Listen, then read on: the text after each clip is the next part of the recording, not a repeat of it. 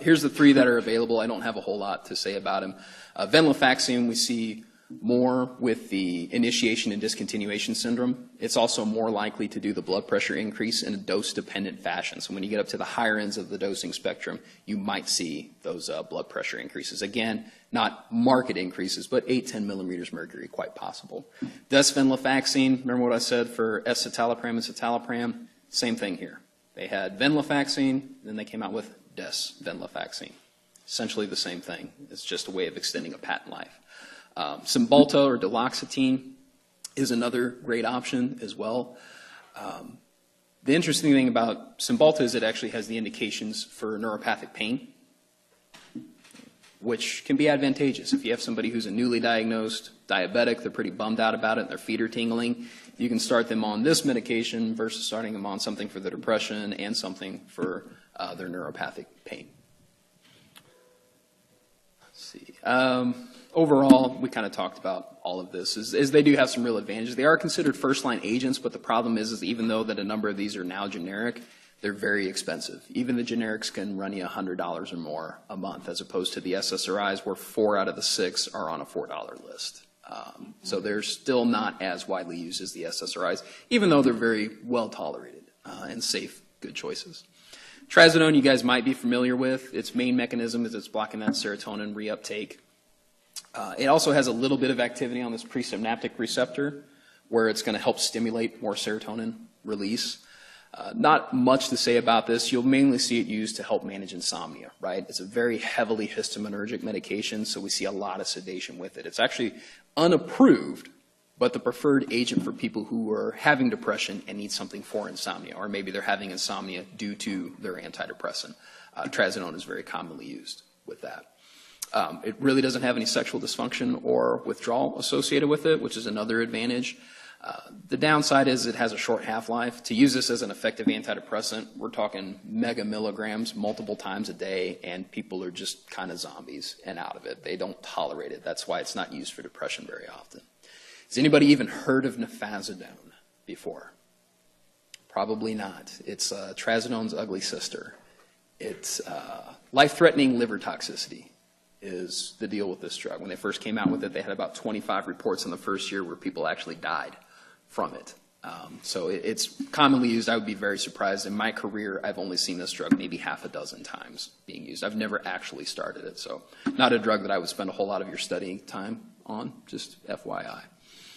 Bupropion, or Wellbutrin, is an interesting animal. It works on norepinephrine and dopamine. It's the only drug that works on these two particular neurotransmitters in combination. So what do we like to do?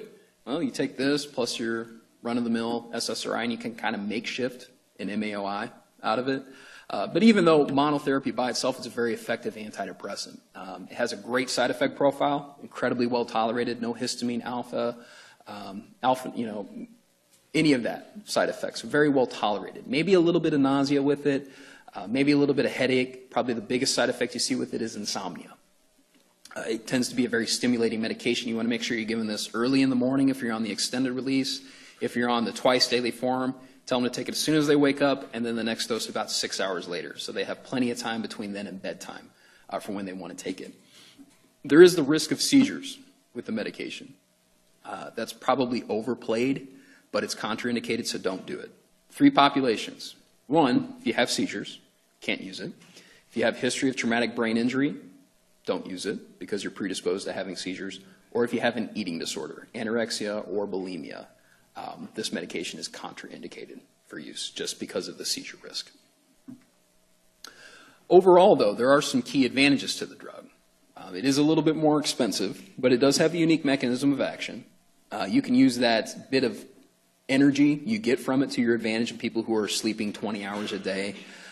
It's weight neutral. Most drugs are going to cause you to gain a little bit of weight whenever you treat depression. Even psychotherapy in depression causes people to gain weight. Wellbutrin, on average, people stay pretty close to their baseline. It also is the least likely to cause sexual dysfunction. It's probably the preferred agent to switch people to if they're having sexual dysfunction on their SSRI. Has very few drug interactions. There's no withdrawal syndrome from it. So overall, other than this looming cloud of seizure, it's a very well-tolerated, very safe and effective medication to use. It's not considered a first line, though. Remeron or Mirtazapine, this is a presynaptic alpha-2 antagonism. Basically what that means is, put very simply, it's going to cause increased release of serotonin and norepi. So it's working on this presynaptic receptor, shutting that off, and essentially what happens if I dump out so much serotonin into the synapse, it's going to flood back in itself. Some of that's going to get pulled in through reuptake.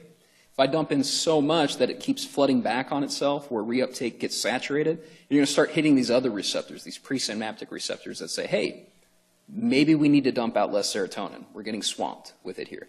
This works to actually cut that off, to say, nope, keep dumping it, keep dumping it, keep dumping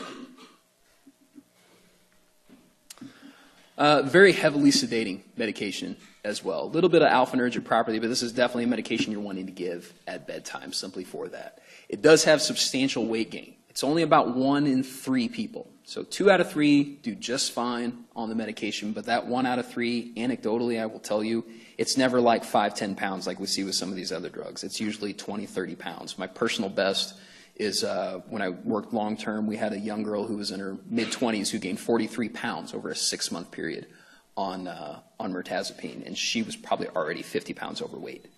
So this was the only thing that worked for her depression. We tried to work with her to diet, exercise, stuff like that. They really weren't that effective, but her depression was well controlled, and for her, the weight gain was worth it in this particular case, but something to consider.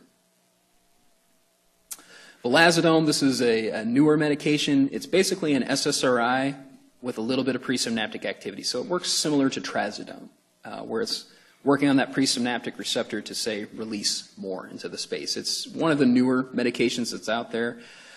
Side effects, it's essentially the exact same as an SSRI, maybe with a little less sexual dysfunction for it. Other than that, I don't have a lot to say about this particular medication. It's very expensive. You won't see it used a whole lot.